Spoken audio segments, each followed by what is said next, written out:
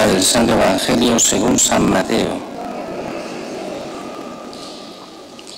En aquel tiempo Jesús exclamó: Te doy gracias, Padre, Señor del cielo y de la tierra, porque has escondido estas cosas a los sabios y entendidos y se las has revelado a la gente sencilla.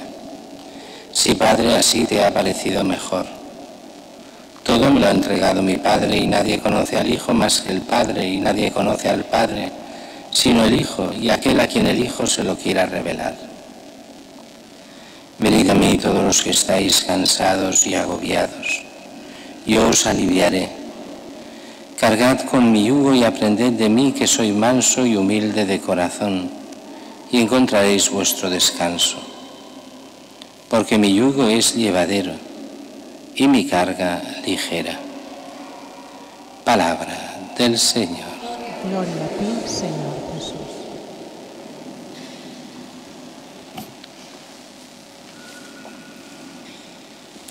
El Evangelio de hoy es de estos evangelios de muchas aplicaciones y que nos lo ponen especialmente en la fiesta de los grandes sabios y doctores de la Iglesia, especialmente tanto de Santa Teresa de Ávila como de Santa Teresita, como de algunos otros.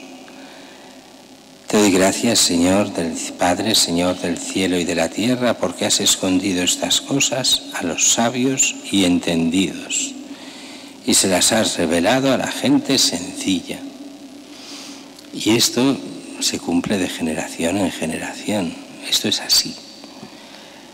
Y se cumple tanto dentro de la Iglesia como de cara afuera de la Iglesia. Los sabios y entendidos de este mundo no se enteran de nada, de lo que pasa realmente desde la fe y lo que pasa con su alma y con su salvación eterna.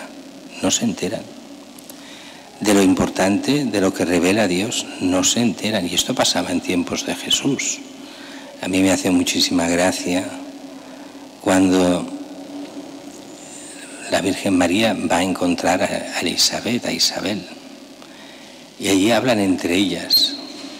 E Isabel y María, las dos, se dan cuenta de lo que está pasando. Nadie más en el mundo se da cuenta de eso. Ni el emperador en Roma, ni el gran senado, ni el Sanedrín, ni los sacerdotes del templo, ni el rey Herodes, nadie. Y está a punto de cambiar el mundo, y solo lo saben esas dos personas, Isabel y María, nadie más. Ni San José, ni Zacarías, ni nadie en el fondo conoce lo que está pasando como misterio, que Dios ha venido al mundo, que está en el seno de María, que Dios se ha encarnado, se está haciendo hombre, se hace hombre y viene a nosotros. Y viene para redimir al mundo de sus pecados y podernos hacer dignos a los ojos de Dios de la vida eterna. Nadie lo ve en aquel tiempo. Y podemos decir que por desgracia tampoco pasa lo mismo en el nuestro. Es aquello que tantas y tantas veces hemos hablado, ¿no? Aquella mentalidad de esos que se dicen buenos, pero que no lo son. De aquellos cristianos, incluso entre ellos sacerdotes y obispos, que se creen muy buenos y que no llegan a entender nada de Cristo ni de su Iglesia. Es lo que se llama la persecución de los buenos, que tanto daño ha hecho a tantos santos. Es muy curioso porque el mal que hacen es mal real. Otra cosa es que Dios pueda transformar el mal que hacen en un bien para otros. Pero el mal es mal y no se justifica nunca. Aquello que algunos dicen, bueno, esto es como habían antiguamente. Habían una serie de monjas y decían, las monjas se dividen en dos, decían antiguamente y en plan de broma. Las santas y las santificadoras. Las santas son aquellas que eran santas de verdad y hacían las cosas muy bien. Las santificadoras, las que fastidian a todo el mundo para que los demás se hagan santos, ellas no. Habían los dos tipos. Pues con los cristianos nuestros pasa a veces lo mismo. ¿Cuántos cristianos, entre ellos sacerdotes, obispos, no entienden nada de las cosas de Dios. Se han mundanizado. Y mundanizándose, qué difícil tienen entrar en el reino de los cielos. Es verdad que el mal que hacen, Dios puede hacer que de ahí se saque un bien. No digo que no. Pero lo que se nos pide, y más en esta fiesta, es volver a entender el Evangelio. Y el Evangelio lo que nos dice es que hemos de volver a ser como niños. Te doy gracias porque has escondido estas cosas a los sabios y entendidos. Y como dicen los demás evangelios, que hemos de volver a ser como niños. Hemos de nacer del agua y del Espíritu, le dirá a Nicodemo, y él dirá, ¿y cómo hemos de nacer del agua y del Espíritu? Si ya soy viejo, ¿cómo voy a volver a nacer? ¿Es que puedo entrar en el seno de mi madre para volver a nacer? No, el nacimiento por el agua y el Espíritu. Es el nacimiento por el bautismo primero y por la gracia después. Todos nosotros, se supone, aquí también fuimos bautizados, pero muchos tal vez nos quedamos en un bautismo que, como decían algunos, así medio en serio, medio en broma, un bautismo que se secó muy pronto, que perdió su capacidad porque no seguimos profundizando en la gracia.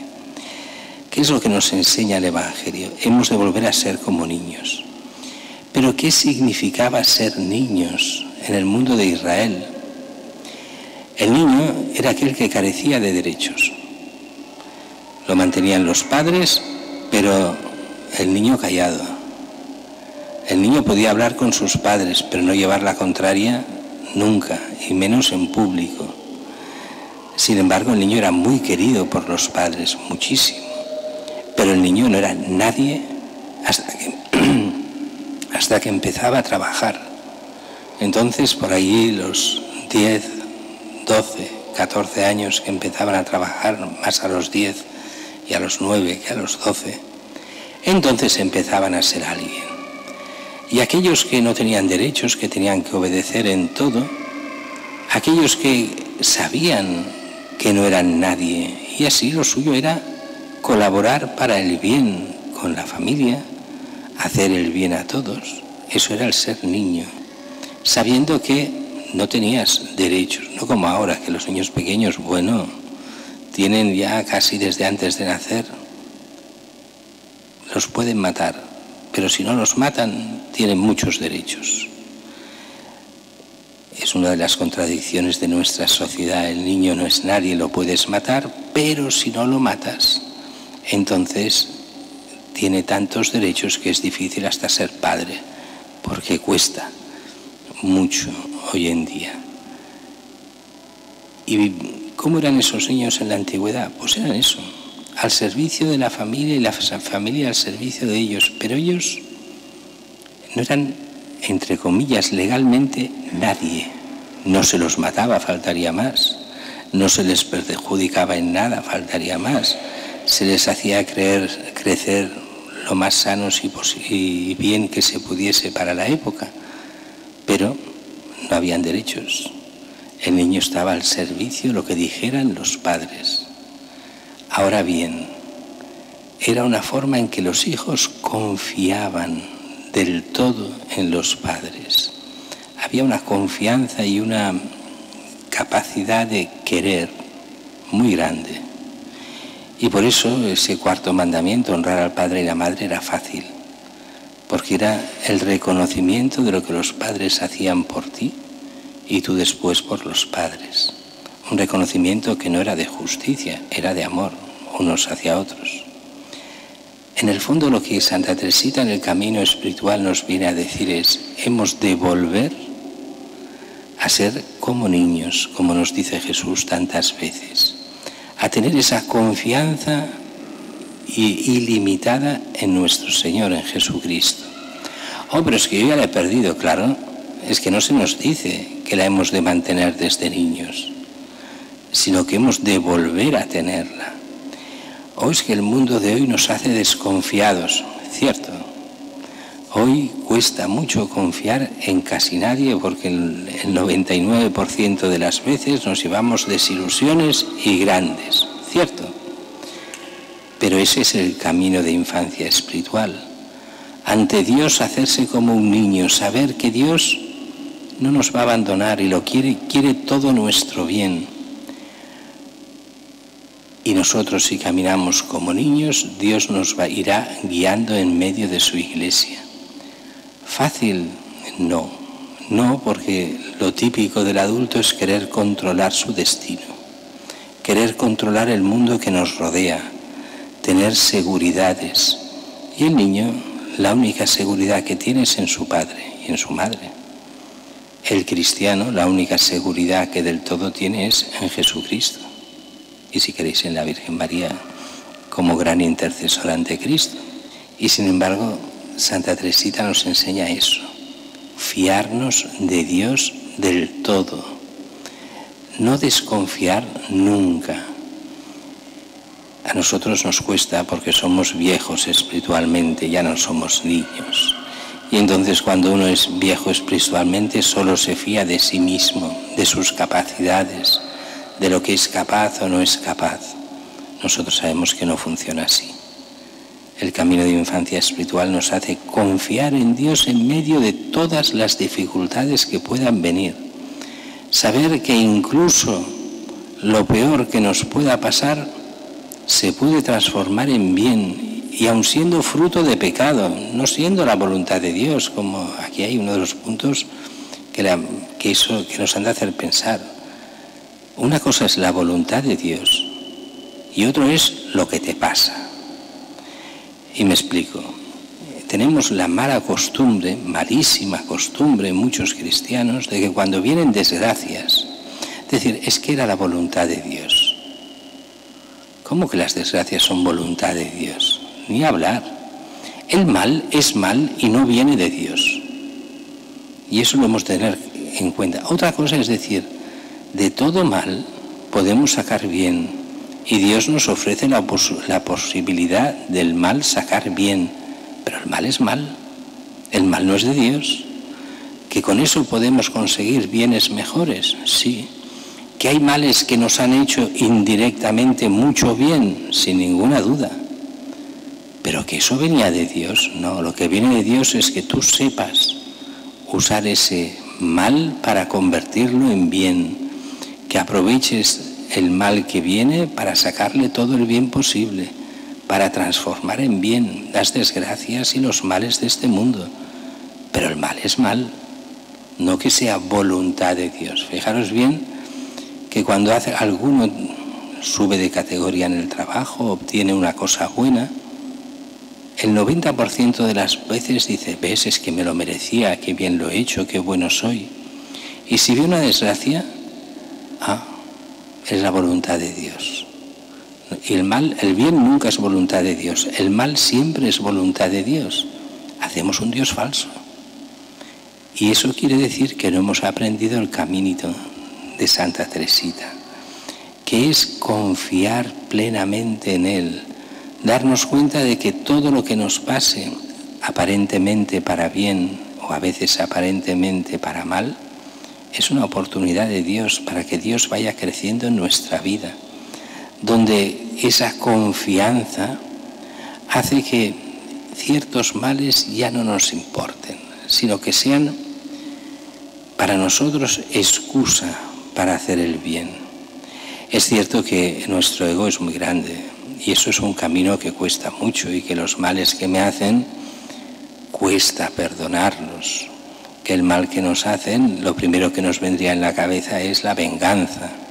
Ahí es cuando entra la gracia y el camino de infancia. ¡Ey! ¿Tú a quién te debes? A Cristo. ¿A Cristo qué le hicieron? Lo mataron, le hicieron sufrir la pasión más bestia que se puede sufrir, hasta la muerte y muerte de cruz. ¿Y tú qué? ¿Has sufrido eso? No. ¿Y tú crees que por ser cristiano no has de sufrir lo de Cristo? Hombre, yo espero que no sea tan bestia, de acuerdo, yo también lo espero, pero nos cuesta asumir la cruz de Cristo. La cruz de Cristo y el camino de infancia espiritual son los que transforman el hombre, junto al bautismo y la gracia, en hijo de Dios, el que ayuda a que podamos vivir como Dios quiera, a poder ser hijos de Dios y con Él llegar a la vida eterna. Por eso Santa Teresita para nosotros es modelo por una parte, modelo de fe, la que da la vida, y además sus últimos meses muy duros, porque tiene ese momento de oscuridad total, esos últimos meses en los que vive solo de fe. Solo de fe quiere decir no siente absolutamente nada por Dios. Ese amor sensible que muchos creen en los santos, no es cierto. Allí desaparece absolutamente todo. Solo queda una cosa, es la fe, sabe. Y con que sabe, ama, pero no siente absolutamente nada. Pero sabe que ahí está el buen Dios, aunque no vea absolutamente nada, aunque no sienta absolutamente nada, Santa Teresita en ese momento. Y ofrece toda su vida por nuestro rescate, por el rescate de los pecadores. Por eso es también no solo doctora en cuanto a doctrina, sino también es la patrona de las misiones. Su misión es salvar al mundo, ser el corazón de la Iglesia, salvar al mundo con su fe, con ese apostolado a distancia, ese rezar por los, como hacen todas las carmelitas, el rezar por nosotros, por el mundo, por los más pecadores. Para nosotros es un enorme ejemplo de preocupación por todos los que nos están al lado, por querer la salvación de todos, por vivir y hacer vivir la fe a todos aquellos que tiene cerca.